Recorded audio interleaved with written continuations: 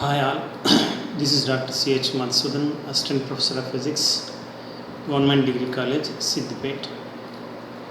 Welcome to my YouTube Physics channel AD5, Extended Degree Physics. Today's class we will explore about the transport phenomena from paper 2 Thermal Physics. This is the outline of my class. Let us introduce the idea of transport phenomena with an animation. Then we will have a quick review of kinetic theory of gases. Then we define the idea of mean free path and derive its equation. Then we will discuss the first transport phenomena, viscosity, and derive its coefficient. Then we define thermal conductivity and derive its equation. Then we will have a discussion of coefficient of diffusion. Consider a practical gas in which all the molecules shown as spherical balls in this animation moving in random directions. A moving gas molecule possesses energy, momentum, and mass. According to kinetic theory of gases, the molecules are in a state of constant thermal agitation. They move in random directions. As the temperature increases, you can see the thermal agitation increases. When the system is in equilibrium, there is no net transport of mass, energy, and momentum. That is, at a region, the net transport of these properties from one region to the other is balanced by the net transport coming in opposite direction. But when non-equilibrium exists, or when there is a difference in these properties from one region to another, there is a transport of these properties. Means in a gas there may be a transport of mass, energy, and momentum due to non-equilibrium. This phenomena of transport of mass, energy, and momentum from one region to the other in a gas is called transport phenomena. And if we observe the trace of a molecule here, the molecule moves in random directions and it makes number of collisions with the adjacent molecules with the container walls. And here we define a physical quantity called mean free path. Then we'll discuss about the transport phenomena, each in detail. First of all, let us have a brief review of kinetic theory of gases. We learnt in the last class that kinetic theory of gases relates the macroscopic properties such as pressure, temperature, and volume to the microscopic properties such as speed, momentum, kinetic energy of individual molecules. The basic assumptions of kinetic theory of gases are: the molecules of gas are identical, spherical, and regarded as perfect elastic point masses. Their size is negligible when compared to the intermolecular distance. These molecules keep on moving randomly in all possible directions and ranging with velocities 0 to infinity.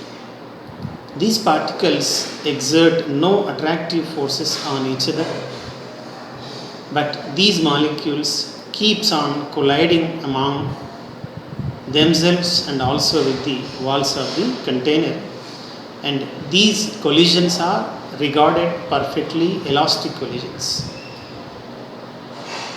These molecules constantly collide with the walls of the container. The momentum is exchanged.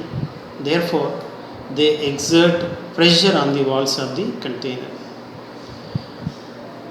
And these molecules having all possible velocities, the average velocity of their molecules is taken as the root mean square velocity, given by the formula Vrms is equal to root of 3 kT by m. So these are the important postulates of kinetic theory of gases. Let us discuss about the idea of mean free path. In the animation, we observed the track of a molecule. You can see here a molecule in its path collides with so many molecules and follows a zigzag path. The average distance between two successive collisions is treated as mean free path. You can see distance between two successive collisions here is moderate, here it is large, and here it is small. That is why we average these values.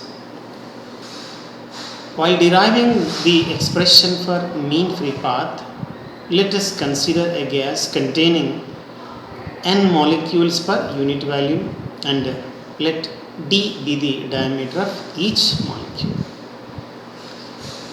In this figure we can see that the molecule can collide only those molecules which lie within a distance of 2d, or we can say that it will collide those molecules which are in an areal distance of pi d square from these molecules. We make an important assumption that only this colliding molecule is moving and all the remaining molecules at rest. Therefore, if it collides those molecules which are at an areal distance of pi d square and in a certain time t, the molecules travels a distance of vt, and we can imagine that the molecule collides those molecules which are inside this cylinder with cross section area pi d square and length vt. Therefore, the volume of the cylinder into number of molecules per unit volume gives the total number of molecules with which the moving molecule collides. That is given as n is equal to volume of the cylinder into number of molecules per unit volume. Here mean free path is defined as lambda is equal to distance travelled by the molecule in a time t by the number of collisions it make in that time t, that is Vt by pi d square n into Vt. Cancelling the equal term, mean free path is given as lambda is equal to 1 by pi d square n. Here we made an assumption that only the colliding molecule is moving, but remaining other molecules are at rest. Maxwell, with his statistical ideas, made correction for this, and by considering all the molecules in motion, he gave the exact formula for mean free path as lambda is equal to 1 by root 2 pi d square n, and this is the expression for mean free path of a gas molecule. Now let us see the idea of transport phenomena, and let us discuss the different transport phenomena of gases. In the animation we discussed that when there is a non-equilibrium in certain properties like mass, energy and momentum in different regions of a gas, the result is that there is a net transport of mass, energy and momentum from one region to the other, and this phenomena is called transport phenomena of gases. If the velocities of different parts of the gas are different, there may be a net transport of momentum from one region to the other due to collisions among the molecules in various layers. This gives rise to the phenomena of viscosity of gases. When the temperatures of different layers are unequal, there may be a transport of thermal energy from one region to the other, and this gives rise to the phenomena of thermal conductivity.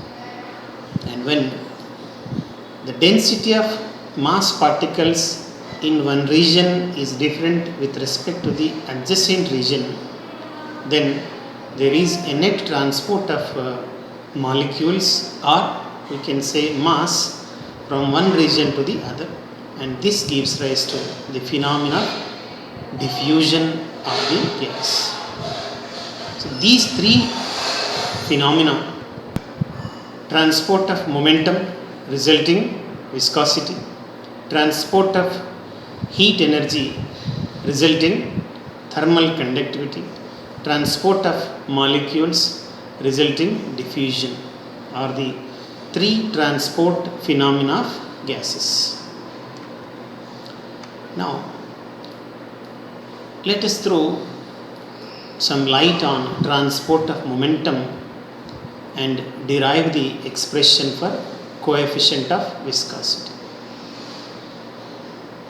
Let us consider a gas flowing along y direction, and let this gas consists of three different layers A, B, C, and at each layer let the velocity of the molecules are different. Let the velocity of the particles moving along the z-axis at the region A is V, and let us assume layer B is at a distance of lambda, which is mean free path from the layer A, and let C be the plane at a distance of lambda below the plane A, where lambda is the mean free path. Now, let the velocity gradient from layer to the next layer, or let the velocity gradient of the molecules in this region is dV by dz. Remember, velocity gradient is change in velocity per unit length. As we already assumed, V is the velocity of the molecules in the layer A, and with our assumption, the velocity of the molecules at the layer B is V plus lambda into dV by dz, that is change in velocity per unit length multiplied by the distance between them and added to the velocity V gives the velocity at B. Similarly, we assume that velocity of the molecules is less in the layer C, therefore velocity of the molecules at the layer C is V minus lambda into dV by dz. Then let us make one more assumption, that let small n be the number of molecules per unit volume and m be the mass of each molecule. Then the possible number of molecules moving along z axis is n by 3, because the total number of molecules per unit volume is n. And from this n by 3, half of the number, that is n by 6, may move upwards, and half the number n by 6 move downward.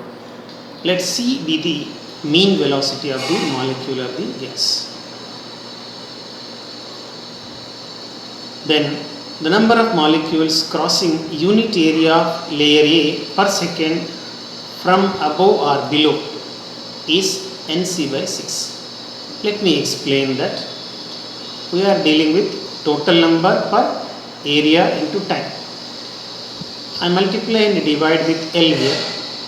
N by A into L into L by T. A into L is volume V, therefore this is N by V into length per time is velocity. And capital N by V is number of molecules per unit volume is N. Therefore, number of particles moving through unit area per unit time is Nc. As we have taken N by 6 of the molecules, the number of molecules crossing unit area per unit time from above or below the layer A is Nc by 6. With this, the mass of the molecules, that is number of molecules into mass of each molecule, Mnc by 6. This mass cross the unit area of the layer A per each second from above or below.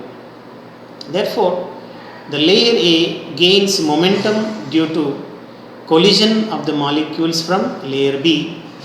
Therefore, the gain in momentum by layer A from the molecules from layer B per unit time is total number of molecules crossing layer A into velocity of the incoming molecules, that is Mnc by 6 into V plus lambda into dV by dz.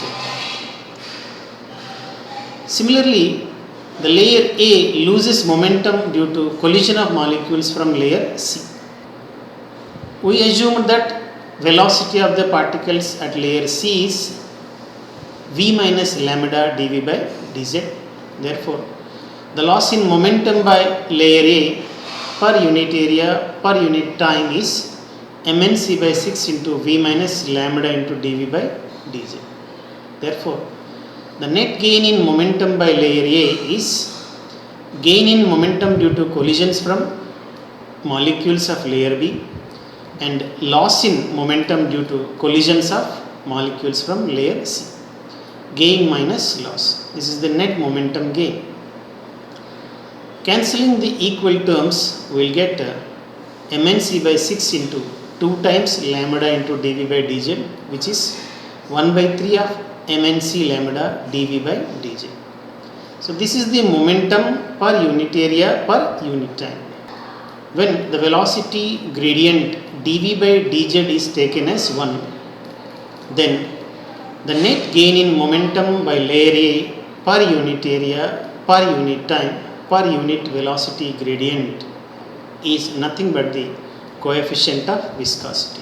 Therefore, in the derived formula, if we substitute dV by dz is equal to 1, that will give us coefficient of viscosity. Therefore, coefficient of viscosity of a gas is neta is equal to 1 by 3 of Mnc lambda, or this can be written as neta is equal to 1 by 3 rho c lambda, where rho is equal to mass of each molecule into number of molecules per unit value, that is total mass per volume, nothing but the mass per volume, which is density. This is the expression for coefficient of viscosity. Now, let us check the dependence of coefficient of viscosity on the pressure of the gas. When the pressure of the gas is increased, keeping the temperature constant, the density also increases. Correspondingly, the mean free path decreases. Therefore, rho into lambda is constant. In the formula, if rho into lambda is constant, the coefficient of viscosity is unchanged. Therefore, there is no effect of pressure on the coefficient of viscosity. Next, let us discuss about the effect of temperature on coefficient of viscosity.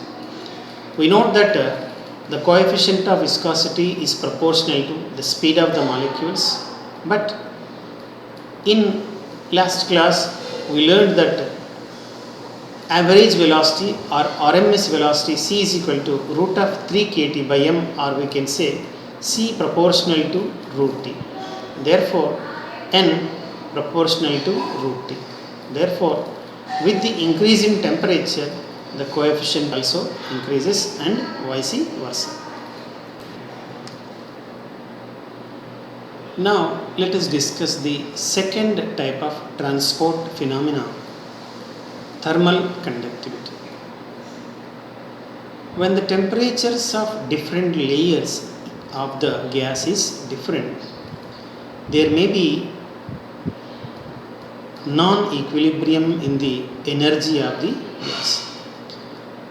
To bring the equilibrium, there may be a net transport of thermal energy from one region to the other. This results in the phenomena of thermal conductivity. Consider a gas in which we consider three different layers at different temperatures. Consider three different layers A, B, C. Let separation between each two layers is lambda, which is mean free path, and let the temperature gradient, that is change in temperature per unit length from one layer to the other, be dt by dz. Let temperature of the molecules in layer A is T, then the temperature of the molecules in the layer B, which is at a distance of lambda from layer A, is change in temperature, that is dt by dz into lambda plus T, that is T plus lambda dt by dz. And similarly, let us assume layer C at a distance lambda from A, therefore the temperature of molecules in layer C is T minus lambda into dt by dz. Correspondingly, if the energy of the molecules in layer A is E, the energy of the molecules in the layer B is E plus lambda dE by dz, and likewise the energy of the molecules in the layer C is E minus lambda dE by dz. Now, due to this temperature difference, there is a heat transport from one layer to the other. Now, we follow the procedure as we did in case of coefficient viscosity in arriving the number of molecules per unit area per second. Let small m be the number of molecules per unit volume and m be the mass of each molecule. Then the possible number of molecules moving along z-axis is 1/3 of the total, that is n by 3, and again half of the molecules from n by 3 may move upward and another half n by 6 may move downward. Let small c be the mean velocity of the molecules of the gas. Then the number of molecules crossing unit area of the layer A per second from above or below is Nc by 6, and if E is the mean energy of the molecule in layer A, and if dE by dz is the energy gradient, that is change in energy per unit length, then energy of the molecules in layer B is E plus lambda dE by dz, and energy of the molecules in layer C is E minus lambda dE by dz. Then the energy carried downward from layer B to layer A per unit area per second is Nc by 6 into E plus lambda dE by dz minus the energy transfer from the layer A to C, or the energy lost by layer A to layer C, that is Nc by 6 into E minus lambda dE by dz. So therefore the net energy change is Nc by 6 into, cancelling the equal terms, we will get lambda dE by dz plus lambda dE by dz, which is 2 lambda dE by dz, and when this multiplied with Nc by 6 we will get 1/3 Nc lambda dE by dz. But from thermodynamics, the heat energy lost or gained dE is equal to mCV dt, where Cv is the specific heat. From this, dE by dZ is mCv dt by dZ, and the net energy transported downward per unit area per unit second, just now we got is 1 by 3 n c lambda mCv dt by dZ. Remember, here small c corresponds to average velocity of the molecules and capital CV corresponds to specific heat. When the temperature gradient is unit, that is dt by dz is 1, then according to coefficient of thermal conductivity, the energy transported per unit area, per unit second, per unit temperature gradient is coefficient of thermal conductivity K. Therefore, when dt by dz is 1, this energy transported per unit area per second per unit temperature gradient becomes equal to thermal conductivity coefficient K. Therefore, coefficient of thermal conductivity K is 1 by 3 n m c lambda C. Considering this m into n as density of gas, because Mn is equal to mass of each particle into number of particles per unit volume. This is total mass by volume, nothing but density. The coefficient of thermal conductivity then becomes equal to K is equal to 1 by 3 rho C lambda Cv. And this is the expression for coefficient of thermal conductivity. This is a result of transport of thermal energy from one region to the other. Now, let us try to relate the coefficient of viscosity with the coefficient of thermal conductivity. In the earlier discussion, we derived the formula for coefficient of viscosity as neta is equal to 1 by 3 rho C lambda. In this discussion, we got the coefficient of thermal conductivity K is equal to 1 by 3 rho C lambda Cv. Then K by N becomes equal to Cv. This is the relation between coefficient of viscosity and coefficient of thermal conductivity.